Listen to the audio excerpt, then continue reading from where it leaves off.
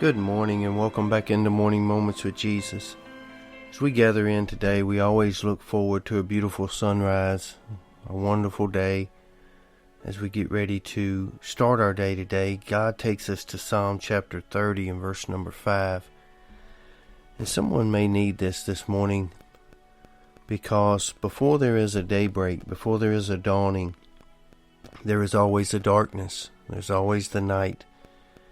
Psalm chapter 30 and verse number 5 tells us that for his anger endures but for a moment, and in his favor is life. Weeping may endure for a night, but joy comes in the morning.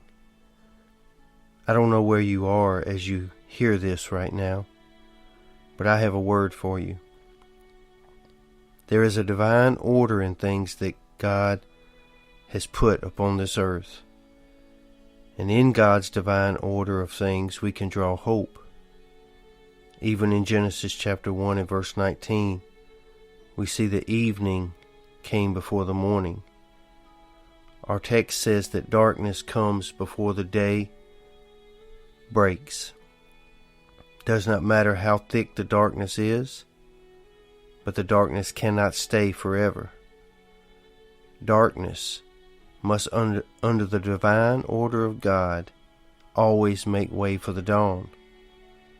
There are times when we seem to have very long times of darkness, and we can become discouraged.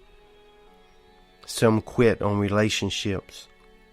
Some have abandoned people that they should have held up and helped and supported just before the breakthrough. I believe a person can never really cherish the morning until they have first made it through the night. Right now, you may be hurting.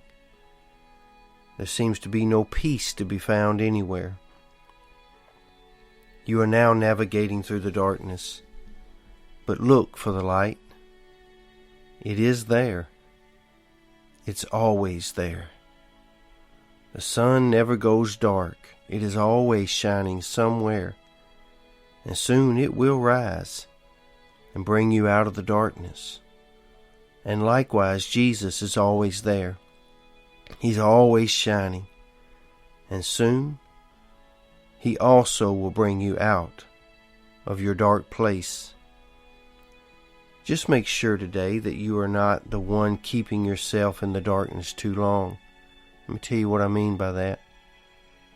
Many times the Lord has prepared a way back into the light, but self-pity and an unforgiving spirit against yourself keeps you in the darkness way too long. I love what Peter wrote in 1 Peter chapter 2 and verse number 9. But you are a chosen generation, a royal priesthood, and a holy nation, a peculiar people. But now listen to this part. That he should show forth the praise of him who has called you out of the darkness and into the marvelous light. So today I pray and speak a blessing over you, that you would understand that there are moments of darkness for all of us. We all go through things in our lives. We all go through situations where it seems to be a very dark moment. But I want you to think back over your life. And I want you to think about all of the dark moments that were there at certain times of your life. And can you testify that God has brought you back into the light every time? I'm here to tell you this morning, today will be no different. This situation that you're living through will be no different. You will have your time of darkness, time of despair, time when you even want to give up on somebody, some situation, or even yourself. But don't quit. And don't stop looking for the light. Because just before the dawn is sometimes the darkest moments. But there's always a breakthrough. There's always a tomorrow.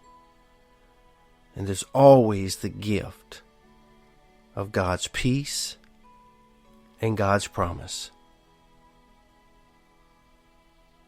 I speak that over you today, that you would be safe, you would be strong, and you would be blessed, that you would take a little time to just spend a little time with Jesus Christ, the light of the world. Lord's will, we'll see you back here again tomorrow. And until then, as always, please have a great day.